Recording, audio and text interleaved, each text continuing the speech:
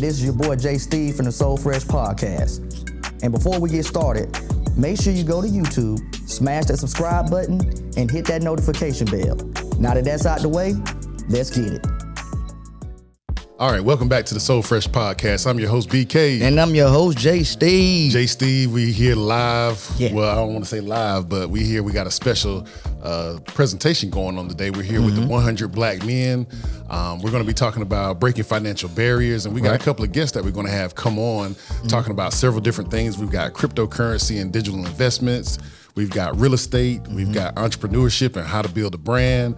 We've also got building credit, and the young brother that we got coming up now, we're going to be talking about resume building. So our first guest that we're going to have come talk on is going to be LeMarkus Bailey. Yep. All right, so let's first go and just talk about why we're here. So we're here 1680 Broadway here in Macon with the 100 Black Men. That's also associated with the Emerging 100 and the Collegiate 100. So these brothers, which I'm a part of this organization, doing great things in the community, always mentoring and just trying to find better ways to make this a better community. So, but you got anything you want to add?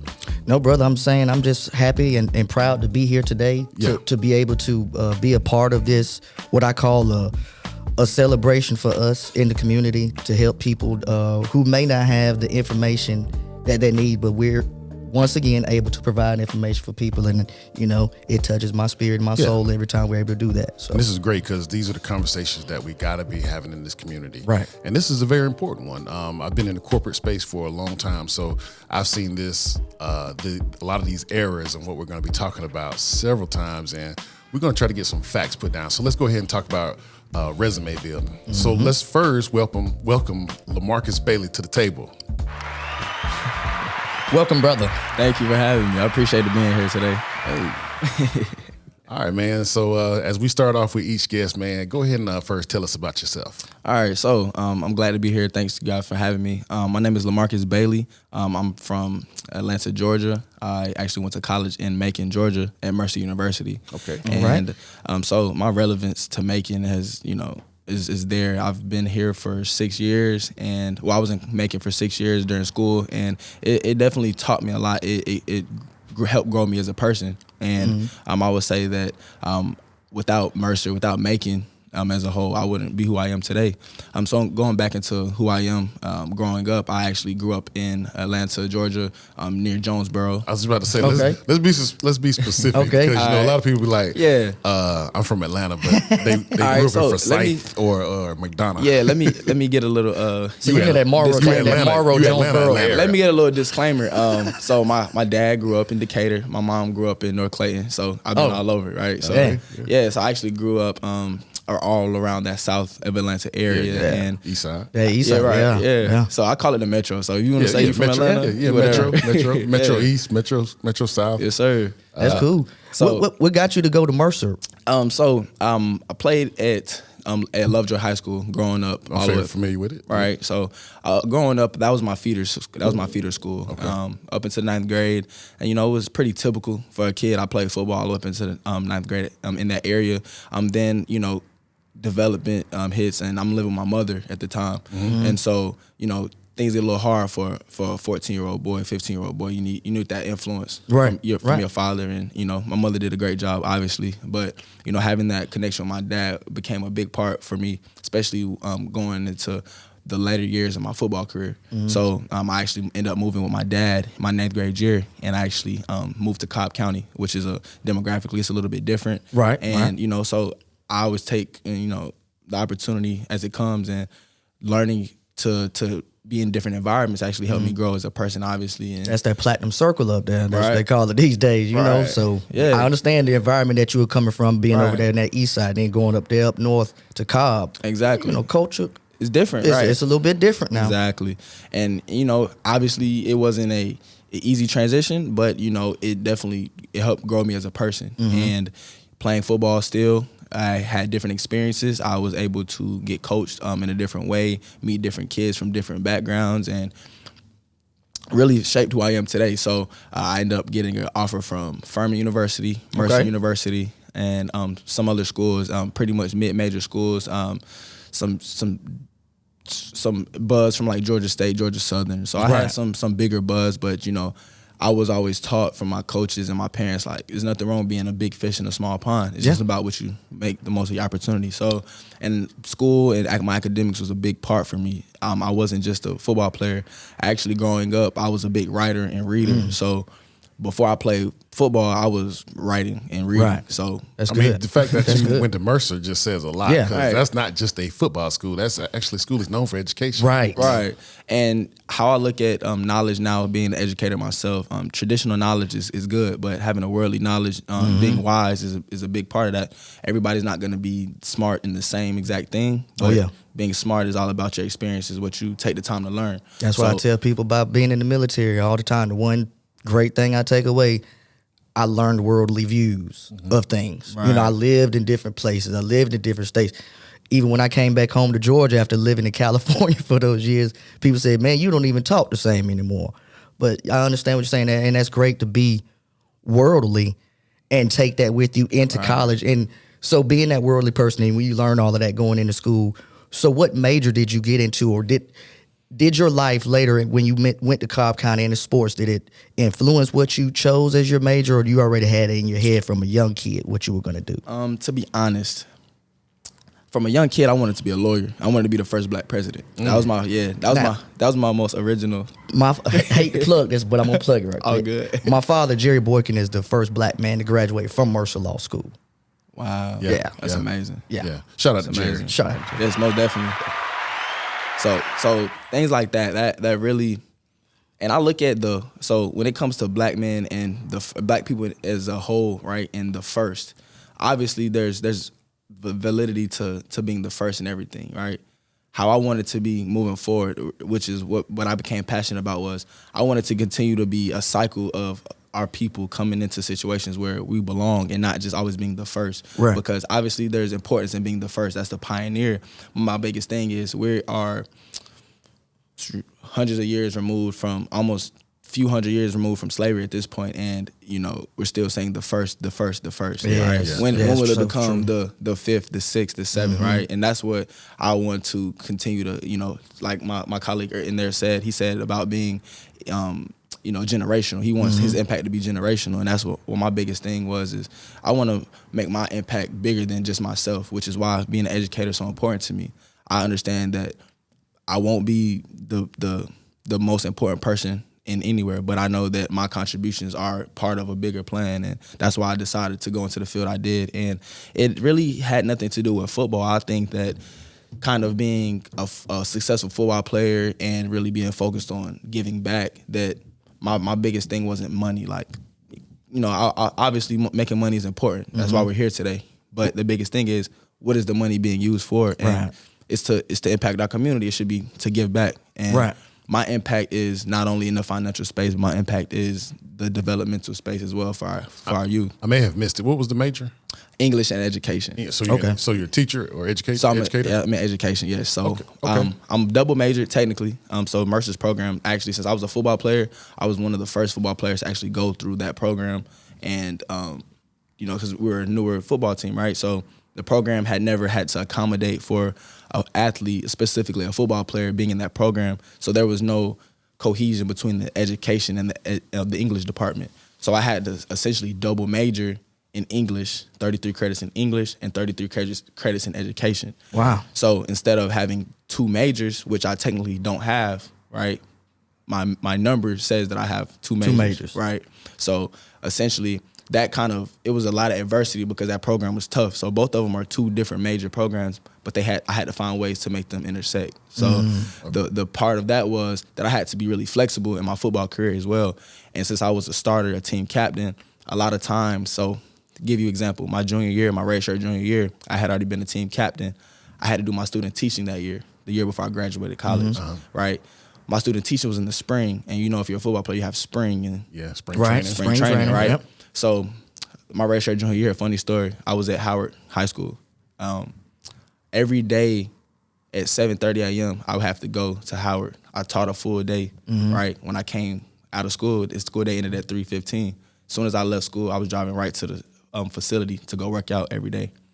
I had to go work out. I had the option. My coach gave me the option to go before or after. So if I would have worked out at 5:30, 6 a.m. in the morning, right? Yeah. I'm burnt. So you were grinding.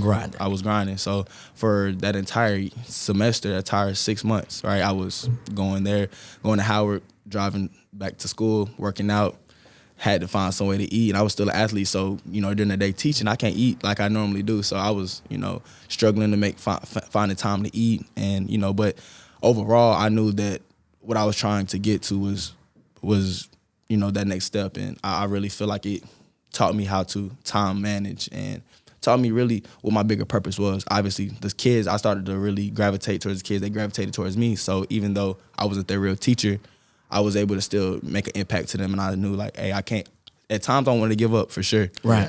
But I just knew part of my program is like, I got to get through this. And football was still a big part. It was what gave me my opportunity. So I said, hey, let me embrace this. It's only, half a year. Let me embrace it. Let me get through this. Let me get my degree, which I was able to receive at the end of that semester, and it all worked out, and that's why I'm able to be here today. So let's shift the conversation a little bit. So we're here, 100 Black Men event, breaking financial barriers.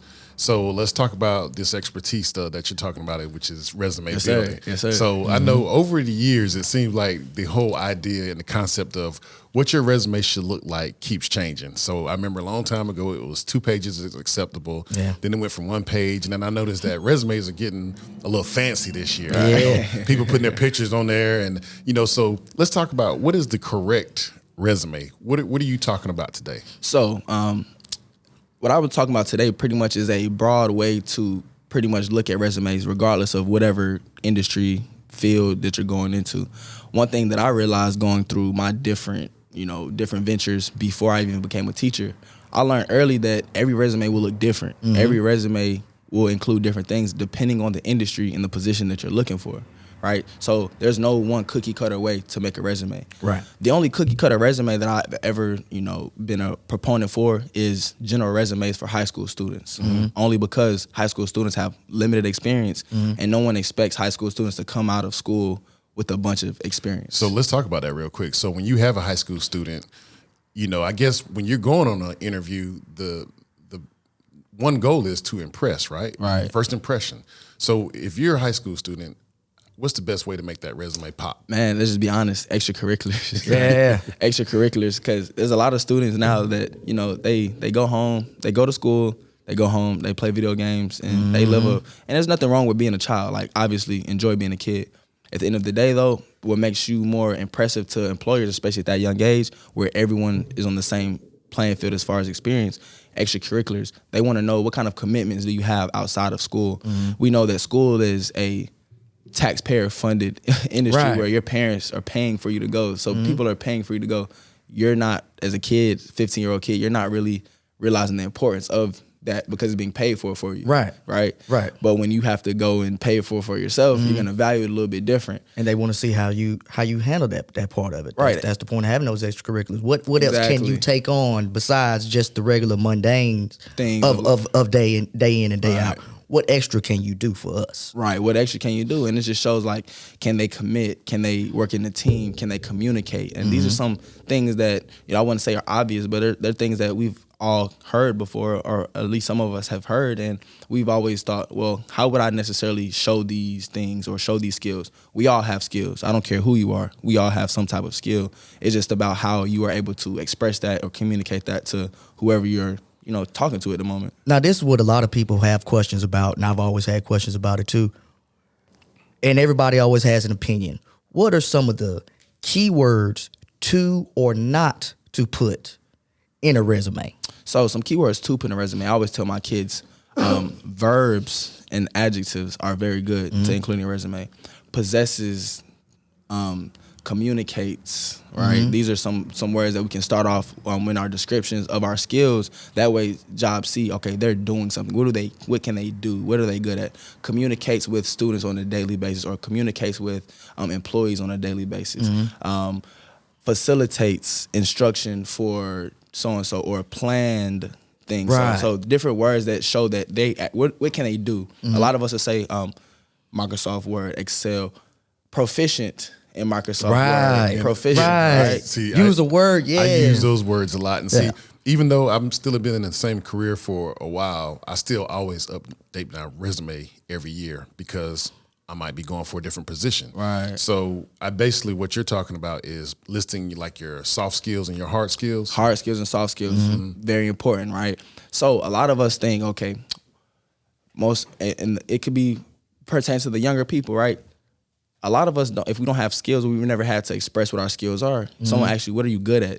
You're not gonna really know what you're good at. Like it depends on the way that you actually express it. So if I'm a person who's a good communicator, right, I'm gonna make sure that, communicates well, right? All these words are going to actually express that. So it's just pretty much, like I say, that's why I always refer to people and my students to refer back to the description or the job, the actual listing. That way you can actually design your resume based on what they're looking for at that time.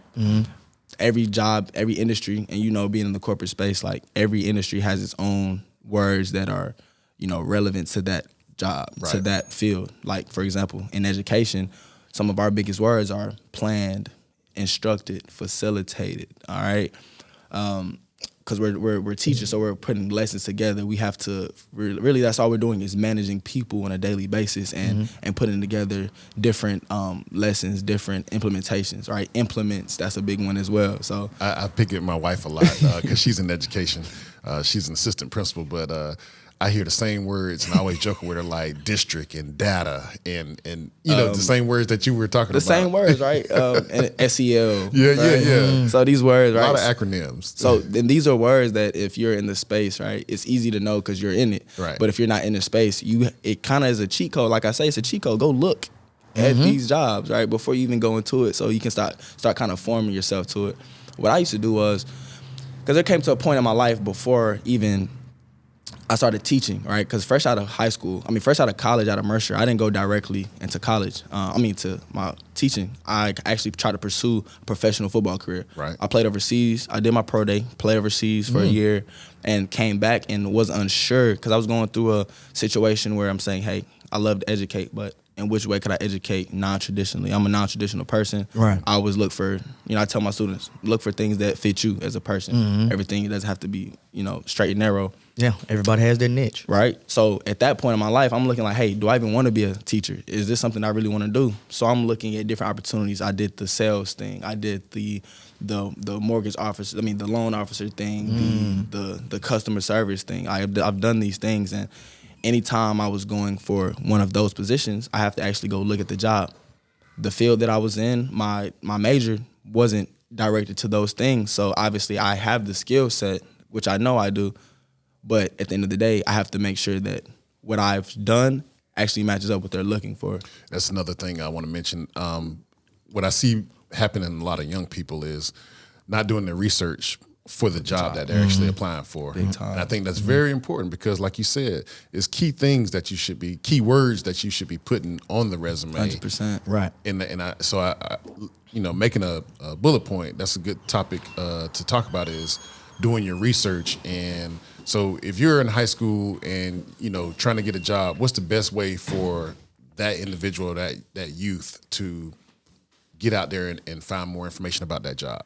Okay, so one of the resources that I always suggest, Indeed is a big one, right? Indeed is one of those companies where even if I've never had any type of experience, or even if I've never heard about some field, right, they have any type of job or industry that you could possibly look for on that website, right? So career tests, right? So career tests are things such as things where it shows you who you are as a person, shows you as a professional, shows you what kind of skills would make you interested in certain professions. And career tests are very good for high school students because it shows, like, from an initial standpoint, even if you weren't to think about it, like, what are you good at? What do you like to do? And based on those things, what job actually will fit you? And so, you have to make sure that whatever you're looking at matches up with, with what you're good at. Now, you talking about Indeed, where to go find jobs and place like that. I know Indeed is great. Now, when it comes to resume building, you have a lot of those resume builder websites and stuff out there. Some are good, Some are. So this is the thing. That's what I wanted to ask. Yeah. Okay. What's so the legit ones? The legit ones. Yeah. All right. So personally, I wouldn't recommend any resume building companies, because a resume company will never be able to capture who you are specifically. Right. And you're changing every day, and even though that resume company's job is to put that snapshot out there of what you're telling them, you're always gonna miss something. Because at the end of the day, your skills constantly grow. So say, for example, I pay a resume company to build my resume in March, right? I ended up getting a new certification, or I ended up, switching careers or fields. Then I'm going to have to repay them again in order to do that. Whereas companies or websites like Indeed, right? Indeed and LinkedIn, I can consistently update my resume. Anytime there's a pivot, I can go and automatically change one piece of my resume or upload a new experience, and it automatically populates my resume. So it will tell you. So if you're looking for this position, all right, this one specific position is looking for this skill. The word processors within their systems now will vet out certain words that even would disqualify you. So if you don't have communicates well in your resume, then that company will automatically delete your resume because it's not a relevant skill. It's not listed in your resume. Right. So it's like these systems are getting very detailed. So it's not a cheat code, like I said in there earlier. It's not a cheat code, but it's pretty much a cheat code. It's not cheating, but it's a cheat code. I can see what they're looking for instantly without having to pay for a service to create the resume. So let's just keep it real. So when we're talking about resumes and we're talking about names, so as you know that we've typically, the Black community has been targeted based on our names and resumes. As soon as I see that name, that's obviously a Black individual. So let me go ahead and push that resume to the side or whatever. Do you feel that in 2022 that those things are still an issue based on your resume? I think... And a double question real quick before we get started. And I noticed that a lot of people are putting pictures on resumes now. Just go ahead and address that. Yay or nay? See, I've never done that. Yeah, But I would never do it. I'm not. But I think it's interesting because it's like, depending on the field so for example, content creators now, content marketing. A lot of companies are hiring content creators based on their own personal following, right? So I contract you on TikTok, right? A lot of companies nowadays have TikTok departments. They have TikTok. They have assistants and stuff. People that are sitting there doing that stuff. The TikTok department, right? The Twitter department, and it's specific to each social media because these brands understand how big each one is in different ways because there's different demographics on each social media site. So if I'm going to try to track the Generation Z kids, TikTok is a big one. If I'm going for more millennials, Instagram is a little bigger. If I'm going for Gen X, Facebook may be more important, right? So they're going to hire people that are fitting into that mold on that generation. It's obviously to be more relatable. So they're going to hire these people based on that. So for example, if I'm a content marketer for TikTok, then me including a picture on my resume is not a big thing or not a bad thing, right? Because at some point they're gonna go want to look at my content. Right. They're expecting you to already be doing something and putting yourself out there anyways. They don't really care about how neat my resume is. They may, depending on, because if I'm in the content creation department versus if I'm in the finance department of Apple, then it doesn't really matter. They don't really care about, a picture of me. They don't care about that. They care about my actual skill set. But if I'm a content creator, they want to care about the optics of it. They care about, what does he look like? How energetic is he? What's his following look like? So it just always is industry specific, job position specific. I personally would not put it for if I was going for a finance job, but if I was if I was going for the content creating side or marketing department, adding a picture may not hurt me, honestly. Well, I've got one last quick. You want to go ahead? Did you chime on the names? The name. So going to that, I look at the naming thing just how I look at the tattoo thing, right? Depends on what you're doing. So for example, my dad, he was a bankruptcy paralegal for 10 plus years. Oh, wow. My dad has 2 full sleeves. That he wore a suit and tie to work every day. Right. It never mattered, right? And if I'm going on a resume, if I want somebody to see my tattoos and I don't really care, then that's one thing. But he's like, I'm going to an interview and I'm gonna be wearing a what? a suit. Right. Doesn't matter. So, you know, you just have to, if I have it on my neck, that's one thing, right? But if I'm covered up, even I could wear a turtleneck, right, to an interview even if I wanted to. So it's just things. Nowadays, I really don't care about tattoos, and I'm sure a lot of you guys don't. It just always depends on the individual. Yeah. Right. Some things may send out a message, but at the end of the day, it's all about who you are, what actions that you put out there. And I really think the naming thing's a big one. My name is LeMarkus Bailey, right? So LeMarkus is obviously a black name, and you know, I'm proud of it. And, but some things that I will do is make my name shorter sometimes. I'll just call myself Marcus, right? Just because it's simpler. And you still got to navigate through this space and work the system. Right, you got to work it. And I don't look at it as like, you know, some people can be critical of that type of thing. You need to embrace. Embrace yourself. Don't let people take you from who you are. Your name is LeMarkus. Make sure you use it at all times. Right, and I'm like, I'm just fine. I'm happy. Like, I'm happy in how I'm moving, and the biggest thing is like, the name is one thing. I'm proud to be my name, but in a professional space, I'm in my professional space to do what? Make money, make a living for myself. Right. My family, they could call me whatever they want to. You're gonna call me what I tell you to call me, right? Regardless, you know. Right. So if you want to hire me, if you don't want to hire me based on my name, and you want to disqualify me because of my name, then good riddance, right? Yeah. I would tell people, you know, get what you deserve, right? If a company doesn't want you because of your name, there's a million other companies that will want you for your name, so, or want you despite your name, and so you just have to remember that the things that are most important, the companies that really value you and want you, they'll consider those things, and your name may not even be biggest thing. All right. So you have one more question before we wrap it up? Yeah. This is always a main question that people always have when it comes about building resumes. And I still want people to know that this is important. How important is it about your work history and the gaps or the non-gaps that you have in your work history? Because people sometimes they don't realize how important that is mainly on a resume. So gaps in work history, a lot of the times, I'm sure you've had this experience, employers will ask for explanations of that work, those gaps, and depending on what the gap is, the questions may be, you know, what caused it? Was it an emergency? Was it you just not want to work? Was it a pursuing of another career? So, for example, if I'm a teacher and I decide to take 10 years off from the profession, that company, you know, if I reapply to be a teacher again, they're gonna ask, well, what did you do during those 10 years of taking off, right? If the professions were relevant, if it was relevant, you know, you can include it. But if it's something that's just like, okay, I was feeding the hungry, or I was teaching kids to read in Costa Rica, right? Then obviously they may look at that in a different light.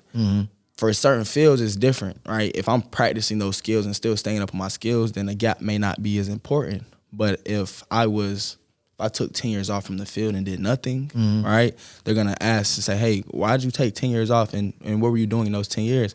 And if you say nothing, they're gonna say, well, their skill set may not match up what we're still currently look for. But if you were still practicing those skills, and say you were an independent contractor, you say you were working for a corporation doing one thing, and then you became an independent contractor, and you were doing the same exact thing, right? Right. But you were just working freelance.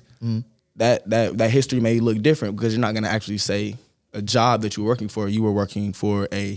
You were working as an individual, as a contractor. So you may not list a job, but they'll look at your portfolio. They'll say, oh, so in these 10 years you were working on these things, still relevant to the job. Okay. All right. So we're going to be wrapping it up. So real quick before we go, you got anything you want to plug?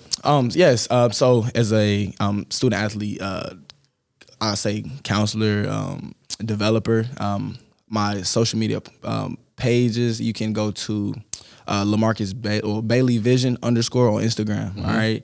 If you look at my bio on Instagram, I have a link where it goes to all my content links. So I have a YouTube page. My company is called Stunt Nation Success. If you want to follow us on Twitter at Stunt Nation SA, and Stunt Nation is STUNT Nation. All right. SA. All right, that's on Twitter, and then on Instagram you can go to Stunt Nation Success. All right, and there we have a bunch of content relating to student athlete development, students as well. Right, we work on tutoring for students. We help find trainers for student athletes, and we also have a weekly bi-weekly podcast where we actually talk about different topics relating to student athlete success. You can find that on Spotify and other social media and podcasting sites. It's uploaded directly on Spotify, and then it populates to a lot of different other ones as well. My contact information is on there. You can email me at LeMarkusBailey@outlook.com for more information. And yeah, appreciate you guys having me today. All right, sure. Thank you, brother, for joining us. Hey, let's give it up for LeMarkus Bailey. Yes, sir. Thank you for having me. All right. And we will be having this brother. We're going to try to get him invited onto our podcast and have him talk about more stuff, especially real interested in the whole student athlete thing. So, thank you for checking us out here. We're here at the 100 Black Men event, Breaking Financial Barriers. This is also associated with the 100 Black Men of Middle Georgia chapter, Collegiate 100, and also the Merging 100. And also, just to give a shout out on that website, it's 100blackmenmmg.org. So, like we always say, this is your host, BK. And I'm your host, J. Steve. Peace. Thank you for checking out another episode of the Soul Fresh Podcast. If you want to catch the audio version, make sure you go to Apple Podcasts or Spotify. And if you want to check out the video version, make sure you head on over to YouTube. And when you get there, hit that like button, smash that subscribe button, and go ahead and turn on that notification bell. And in the meantime, until the next time, keep it 100, be blessed.